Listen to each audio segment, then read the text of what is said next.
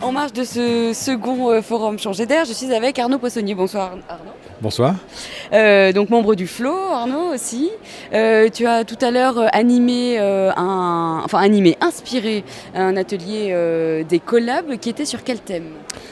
C'était le thème de ce collab, c'était comment révolutionner le capitalisme. Et donc c'était assez étonnant, puisqu'on est parti, donc il y avait un groupe d'une quinzaine de personnes qui ont fait émerger des idées très concrètes pour faire bouger, pour changer le capitalisme. Et en fait, on a été très surpris de voir que toutes les idées convergeaient vers l'idée qu'il fallait remettre l'individu au centre du système. Comme si, quelque part, le capitalisme avait juste oublié l'homme. Et je crois que c'est vraiment un message très puissant. Il y a eu des idées très, très originales qui illustrent très bien cette envie. Par exemple, l'idée d'inventer le droit rechargeable à la richesse. L'idée que, par exemple, il faudrait qu'on invente un système où on a 3 vies économiques dans notre vie, et que à partir de notre majorité, pendant 25 ans, on aurait le droit de créer de la richesse, de créer une entreprise, d'avoir un job, etc. Et qu'au bout de 25 ans, on mettrait les compteurs à zéro, chacun remettrait sur la table la richesse créée, on la redistribuerait à tout le monde et on repartirait de zéro.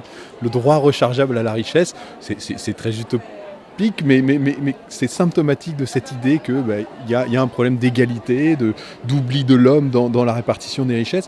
D'autres idées, c'est par exemple face à la finance institutionnelle, de dire mais non, la finance doit revenir au service de l'homme et il faut inventer la banque roulante, de banques qui seraient incarnées sous forme de camions ou de camionnettes et qui iraient vers les gens, qui iraient au pied des immeubles, ça n'est pas qu'une anecdote, qui iraient au pied des immeubles pour recréer du lien dans les immeubles, c'est-à-dire échanger avec les gens qui habitent les immeubles, les quartiers, faire émerger leurs projets et créer des mécaniques de finance entre les gens d'un même immeuble, d'un même quartier, de créer de l'hyper-proximité. Et enfin, une idée que je trouve très poétique, c'est l'idée de créer la société à non-responsabilité illimitée d'émotions, qui est de dire, mais après tout, l'entreprise telle qu'elle est imaginée juridiquement aujourd'hui, c'est une entreprise qui vise à faire entrer le capital et qui rémunère le capital par une participation, par des actions dans l'entreprise. Et dire,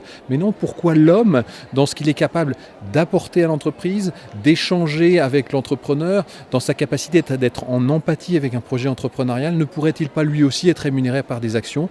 J'ai une compétence, j'ai une passion pour une entreprise, je veux lui apporter quelque chose, mon savoir-faire, ma passion, mes réseaux, eh bien je suis rémunéré en participation dans l'entreprise, une forme de rémunération en nature, mais qui deviendrait aussi importante que la rémunération en capital, de l'argent mis dans une entreprise. Ça, je trouve aussi, c'est symbolique de l'envie, de l'empathie qu'ont les gens envers peut-être un nouveau capitalisme demain.